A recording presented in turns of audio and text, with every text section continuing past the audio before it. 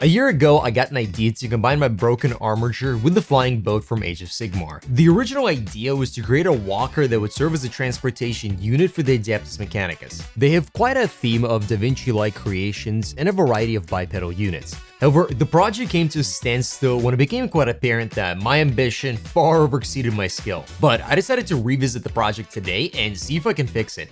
Everything got off to a great start. I measured the boat against the legs and began to make the necessary adjustments to make the two parts fit together. Then I removed all the bits that no longer had a function. I did my best to use all of the parts I had available, but early on it became quite obvious that due to my lack of previous AdMech collections, this was gonna be a problem. I had a few parts left over from the big Knight, and I used the extra interior pod to create a driving seat for my creation. In my mind, it was going to be as simple as removing some bits in the way and planting it in the middle. Yet, as I started to cut away at the things in the way, I realized I would need to remove the whole back section. This presented a new challenge, as I now needed a way to not only attach the driving pod to the boat section, but also fill in the surrounding areas. This was when I decided to take out some epoxy. The only place I used it previously was on my bases, and I thought I could make it work. I was wrong. I was very, very wrong. I slapped it on and did my best to fill in the gap between the pilot pod and the boat. Besides not having any previous sculpting experience, I also did not have any proper tools that would have aided me in this step. I realized that spending more time would not have made any improvements, so I moved on to the turrets. I had an extra sprue left over from my armiger set, and I tried to position them in an upwards posture, similar to long-range artillery. This was the moment I decided to stop on the project, as I could no longer see how I could make this work.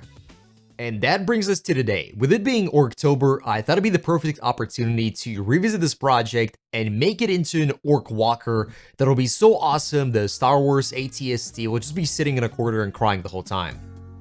Fortunately, a while ago, I discovered a box of extra bits from the Ork Dakka jet, which I thought would be the perfect combination of bits for this project. I started by modifying a new back section for the Walker. This will feature some cool stick bombs that our Ork pilot can eject behind him, causing even more chaos. With everything ready, I removed the previous back section as well as the turrets on it. Besides removing all those bits, I also tried removing some of the epoxy, however, that proved to be an impossible challenge as it was literally rock solid. With all of this epoxy in the way, I decided to use some of the green stuff to create a buffer zone between my back plate and the actual carapace of the pilot so that it looks a little bit more even. Now, I did have an option to use some sort of a Dremel tool to sand down all of the epoxy, however, it would generate a very large amount of toxic dust that I'm simply not prepared enough to properly deal with. However, because of this, I will have an additional bonus that I can use the green stuff I have on there and use the back of my sculpting tool to create the idea that there's some sort of welding connecting the two parts together. This did leave me with a big hole at the top that at first I tried filling in with some green stuff, but then I realized I have a better solution for that. I found this extra bit that is almost a nearly perfect match for the slot, and as an additional bonus, it also has a perfect curvature to match the other piece. More importantly, the top section now had a very orky feel to it, not to mention had a large amount of cool rivets that you always see in Ork vehicles. With the back section fully finished, I moved on to reattaching the turrets. This time, I decided to place the turrets in a forward position, and I thought I could make them work by attaching some additional things to it. I toyed around with the idea of creating these very large exhausts, but then it hit me that there's a much better solution for it and something that I can make my guns look much better with. So I measured it against the area and cut away a small section of the pipe. This time, I'm going to be attaching them upside down, changing their function from being simple exhaust tubes to now being important structural integrity of the turrets that is connecting them to the body itself. With this, the turrets are no longer floating in mid-air, but instead are being connected through these tubes. To an Ork, that's obviously not important, but to my unconscious mind, this finally explains how these turrets are being operated.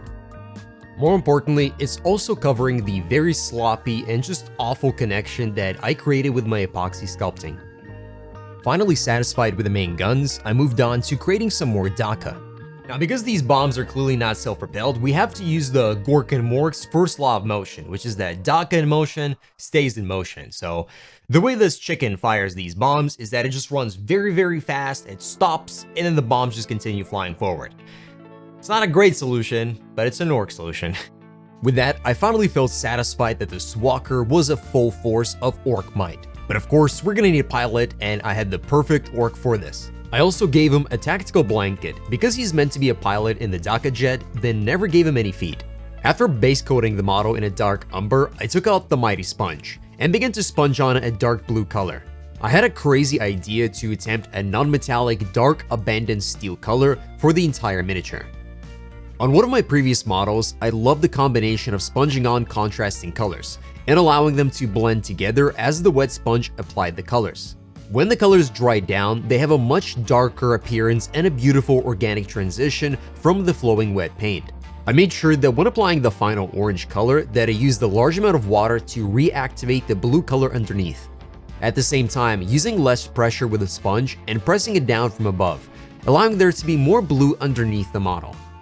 To create the idea of it being a reflective surface, I also made sure to dry brush a very bright gray color and accentuate every edge of the model. Using that exact same color, I also applied it with a brush to create the idea of some additional scratches on the surface. Because I wanted this boat walker to be fast and reference its origin as an Adeptus Mechanicus model, I covered all of my armor panels in a dark red color. To make sure that my bombs fly forward very fast, I also covered their tips in a red color. To create additional contrast, I tested the idea of painting my cables in green, and while I had green out, I also painted the base color of my orc skin.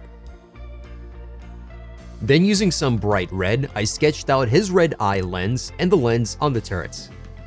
I really enjoyed the idea of those green cables, so I took out my brightest frog green and painted all of the cables, creating the idea that there's some special radioactive orc fluid pumping through the entire walker.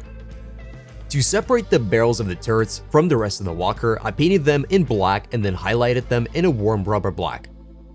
For the texture of my red, I chose to go with the same red cross hatching that I used on my paint pot Grod tank. For some reason, I have a strong association of this texture with orcs. And highlighting it with a bright orange color also creates the idea that the Wa energy field is activating the power of the red color and granting the additional speed bonus to the Mega Boat Walker and those bombs. Because there was now so much red present in the model, I repainted the lenses on the turrets with a bright blue-green color. Then I accentuated the presence by giving them a faint OSL glow that will be reflecting on the edges of the barrels. It's the exact same energy color that I used in my previous Orc and Terminator armor to make his axe a little bit more interesting. I think this color works really well, and additionally, using the similar color across my different orcs helps to tie them all together as being part of the same universe. With my steel armor already being a dark color, I used a rusty bright orange to create separation between the panels, rivets, and some of the pipes. This also gives the bonus of some additional weathering on the model. I really thought the paint job was coming together really well, so I felt inspired to put some extra details into it. I used a bright cold blue to highlight the edges of the boat section and provide some additional highlights to the barrels. To go even further, I thought it'd be really cool to have the additional detail of the foot stepping forward exhibiting some brighter and more detailed highlights, especially compared to the foot hidden underneath the shadow of the boat. Given the aviation theme of my orc, it felt appropriate that he would be keeping track of his major takedowns by painting little marks on the front section. It also provided me with the opportunity to practice some freehand painting. I was so consumed by the details of the boat walker, I entirely forgot about my pilot, so I made sure to highlight his skin, and to separate it from the bright green of the cables, I went for a much more organic green color. Additionally, I wanted to give some special attention to his teeth and each of the individual fingernails. And for the final and the most important detail, I gave this orc a blue hat because Gorkin Mork knows this dude is gonna need all the luck he can get driving this thing around. Thanks for watching, I hope you enjoyed this. Consider liking, subscribing, all that jam, but for now, let's see the final result.